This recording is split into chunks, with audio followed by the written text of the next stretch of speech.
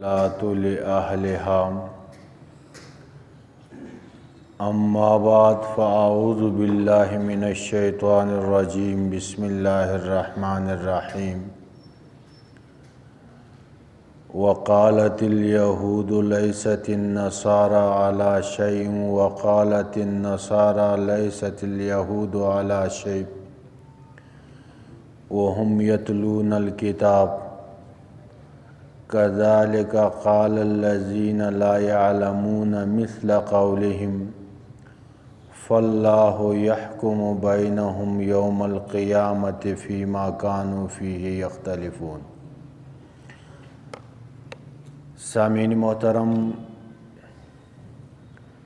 بنی اسرائیل کے خرابیوں کا ذکر چل رہا تھا۔ اس رکوع کے آخر تک یہی سلسلہ ذکر ہو رہا ہے۔ اس میں ایک مقصد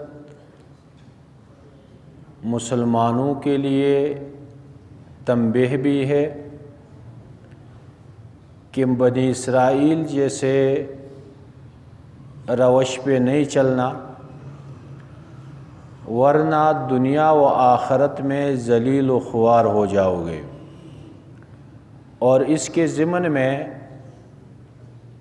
بعض احکامات بھی بیان کیے گئے۔ پچھلے درس میں اہل کتاب کے ایک جہالت کا ذکر تھا، جو یہ کہہ رہے تھے، یہودی کہتے ہیں کہ جنت میں وہی جائے گا جو یہودی کہلائے گا،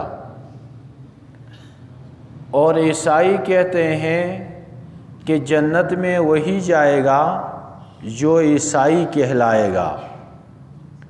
اس کے علاوہ جتنے بھی لوگ ہیں وہ جنت میں نہیں جا سکتے۔ تو اس کا تفصیلی جواب ذکر ہوا کہ ان لوگوں نے اپنے مذہب کو چھوڑ کر یہودیت اور عیسائیت کو ایک قوم بنا لیا، قومیت بنا دیا، کہ جو ہی نام یہودیت کا لگے گا وہ کامیاب ہوگا۔ اللہ رب العزت نے دلیل کا مطالبہ کیا کہ دلیل کیا ہے؟ اگر تم سچے ہو اس بات پہ دلیل لے آؤ۔ اور پھر اصول نجات بیان ہوا کہ ایسی بات نہیں ہے، بلکہ جس بندے میں بھی عقیدہ توحید کا ہو اور سنت کے مطابق عمل ہو وہ جنت میں جائے گا۔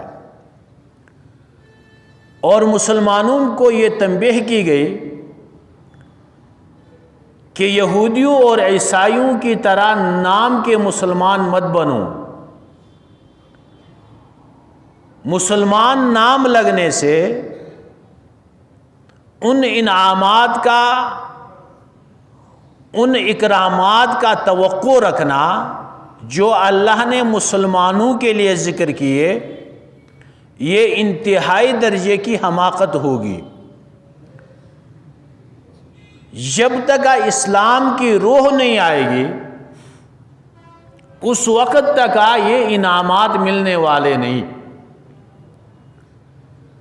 آج کل مسلمانوں میں جو تنزلی ہے اس کا ایک سبب یہ ہے کہ مسلمانوں نے اسلام کے روح کو چھوڑ دیا ہے، صرف نام کے مسلمان رہ گئے۔ شمس الحق افغانی رحمۃ اللہ علیہ یہ بہت بڑے مبلغ اور بزرگ گزرے ہیں۔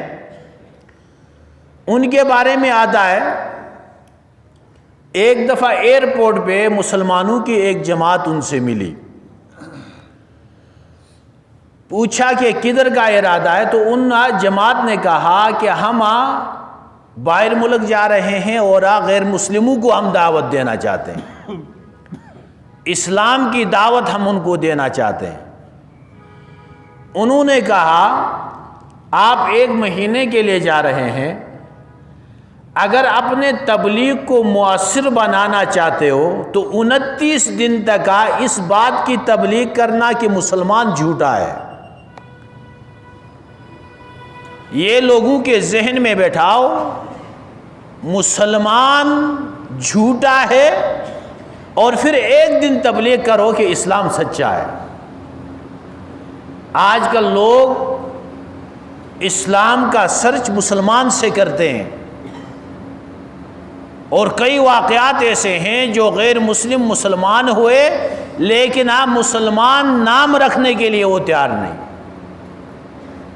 مسلمانوں کا نام نہیں رکھتے، وہ کہتے ہیں دھوکہ، فراڈ، جھوٹ، یہ سب مسلمانوں میں پایا جاتا ہے۔ تو اس خوش فہمی میں نہیں رہنا کہ مسلمانوں کے لیے جو انعامات اللہ نے وعدے کیے ہیں کہ وہ ہمیں بھی ملیں گے، اور ایمان کے ساتھ ساتھ عمل صالحہ اگر کسی کے پاس نہیں ہے، کچھ بھی نہیں ہے اسے۔ اور ان آیات میں بھی یہود و نصارہ کا آپس میں بھی یہ دونوں شریعتیں منسوخ ہو چکی ہیں، لیکن یہ ایک دوسرے کو بھی معاف نہیں کرتے۔ فرمایا وقالت الیہود لیست النصارى علی شیء، یہود کہتے ہیں کہ یہ عیسائی کسی دین پہ نہیں ہے، ان کا کوئی دین نہیں ہے، کیونکہ یہ موسیٰ علیہ السلام اور تورات کا انکار کرتے ہیں۔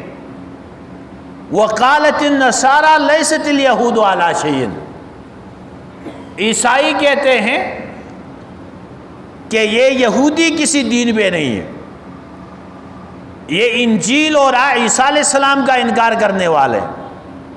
وَهُمْ يَتْلُونَ الْكِتَابَ، حالانکہ یہ دونوں اللہ کے کتاب کو پڑھنے والے ہیں۔ تورات میں عیسیٰ علیہ السلام کی تصدیق موجود، انجیل میں موسیٰ علیہ السلام کی تصدیق موجود، یہ سب کچھ جاننے کے باوجود یہ ایک دوسرے کا انکار کر رہے۔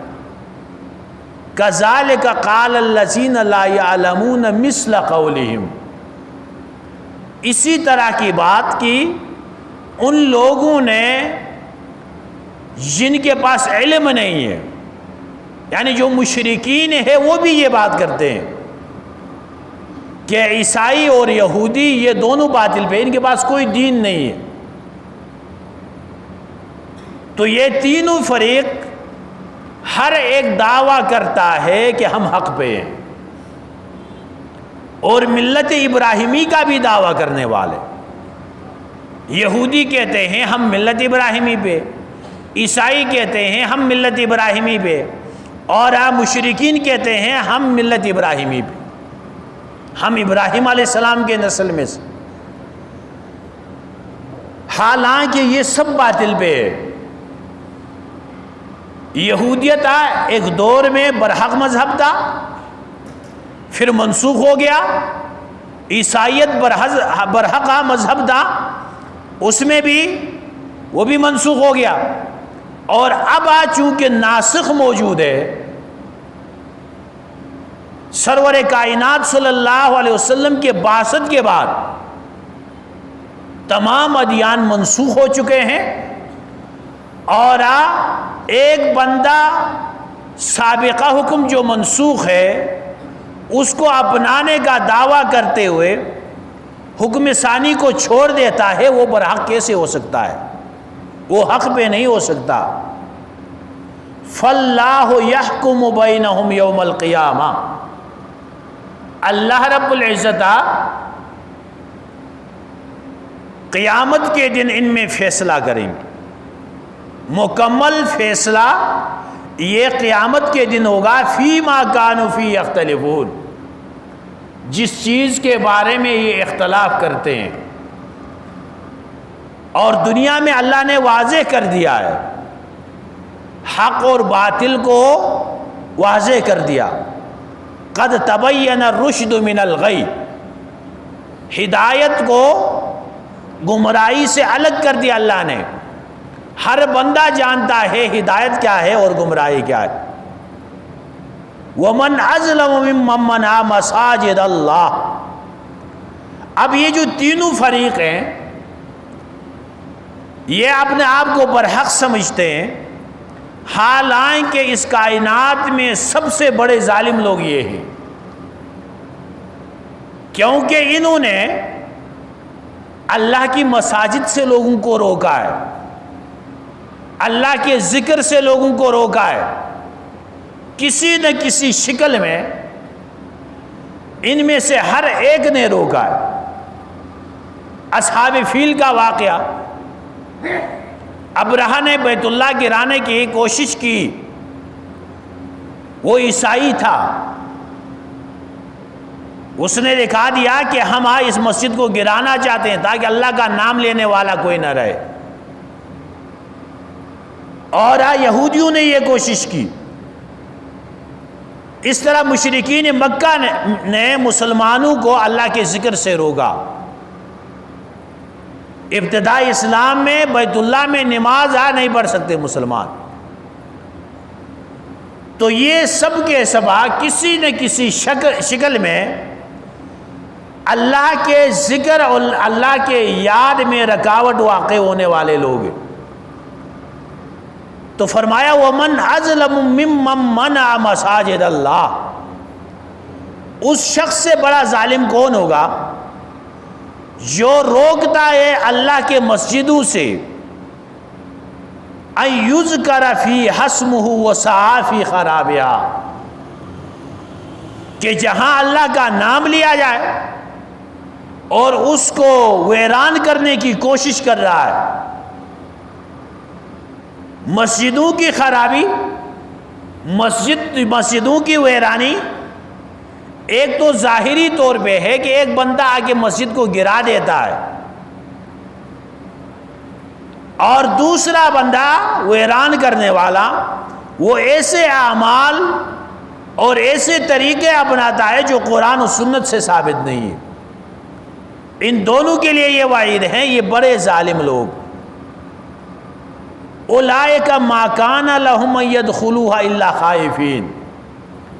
یہ تو ایسے لوگ ہیں کہ ان کو مسجدوں میں داخل ہونا یہ مناسب نہیں ہے، الا خائف، مگر خوف کے ساتھ. یا اس کا مطلب یہ ہے کہ ایسے باتیں کرنا بالکل نامناسب ہے. ان کے لیے تو ادب و احترام کے ساتھ مسجد میں آنا چاہیے. اور اس میں اشارہ اس طرف بھی ہے کہ مسلمانوں کو چاہیے کہ وہ ایسے حالات بنائیں ان کے لیے کہ یہ مسجدوں میں بغیر خوف کے داخل نہ ہو سکے. ان کو ایسا مرعوب کرنا ہے. اور ایسا ہی ہوا فتح مکہ کے موقع پہ، ایسا ہی ہوا ان کے ساتھ. لہم فی الدنیا خزیون، ایسے لوگوں کے لیے دنیا میں ذلت و رسوائی ہے. وَلَهُمْ فِي الْآخِرَةِ عَذَابٌ عَظِيمٌ. دنیا میں چونکہ دائمی سزا نہیں ہے، عارضی طور پہ، تنبیہ کے طور پہ، اور جو بڑا عذاب ہوگا، دردناک عذاب ہوگا، وہ مرنے کے بعد ہوگا. وَلِلَّهِ الْمَشْرِقُ وَالْمَغْرِبُ. یہ تحویل قبلہ دوسرے پارے کے شروع میں اس کی تفصیل آئے گی. یہ اس کے لیے تمہید ہے. اور یہودیوں کا اور اس طرح مشرکین کا اسلام پہ ایک اعتراض بھی تھا. جب آپ صلی اللہ علیہ وسلم ہجرت کر کے مدینہ تشریف لے گئے، اللہ کا حکم ہوا. تحویل قبلہ 2 بار ہوا ہے.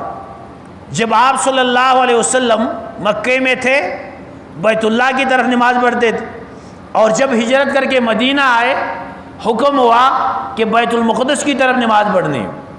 16 یا 17 مہینے تک یہ حکم باقی رہا. مسلمان بیت المقدس کی طرف نماز پڑھتے رہے. اور ان 16 مہینوں کے بعد اللہ کا حکم ہوا کہ آپ بیت اللہ کی طرف نماز پڑھیں۔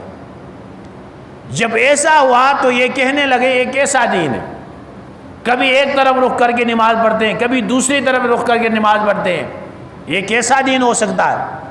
تو اللہ رب العزت نے جواب دیا، یہ جو قبلہ اور رخ ہے یہ مقصود نہیں ہے۔ ہم بیت اللہ کا رخ کرتے ہیں، اس کا یہ مطلب نہیں ہے کہ ہم سجدہ بیت اللہ کو کر رہے ہیں، سجدہ اللہ کو کر رہے ہیں۔ یہ تو ایک قلبی یکسوئی کے لیے اللہ نے حکم دیا، مسلمانوں کی اجتماعیت کے لیے حکم دیا، اور اصل مقصود اللہ کا حکم۔ تو فرمایا وَلِلَّهِ الْمَشْرِقُ وَالْمَغْرِبُ، اللہ ہی کے لیے ہے مشرق و مغرب، فَأَيْنَمَا تُوَلُّوا فَثَمَّ وَجْهُ اللَّهِ، آپ جس طرف بھی رخ کریں اللہ رب العزت اپنے قدرت کے ساتھ وہاں موجود ہے۔ یقیناً اللہ رب العزت وسع علم والے۔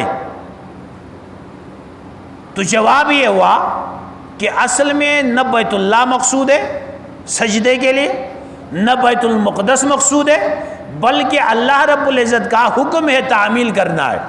پہلے حکم تھا بیت اللہ کا، بیت اللہ کا رخ کرتے تھے، بیت المقدس کا ہوا ادھر رخ کیا، پھر بیت اللہ کا ہوا ادھر رخ کیا، اور حالانکہ جو مقصود ہے وہ تعمیل حکم ہے، سجدہ اللہ کو ہے، اللہ اپنے قدرت کے ساتھ ہر جگہ موجود۔ اسی وجہ سے فقہا نے مسئلہ لکھا، اگر کسی بندے پہ قبلے کا اشتباہ آ جائے، نماز کا وقت ہو گیا، نماز پڑھنا چاہتا ہے لیکن اس کو پتہ نہیں ہے کہ قبلہ کون سے طرف پہ، تو اس کے لیے حکم یہ ہے کہ وہ غور و فکر کے بعد جس طرف اس کا دل کرے اس طرف نماز پڑھ لے۔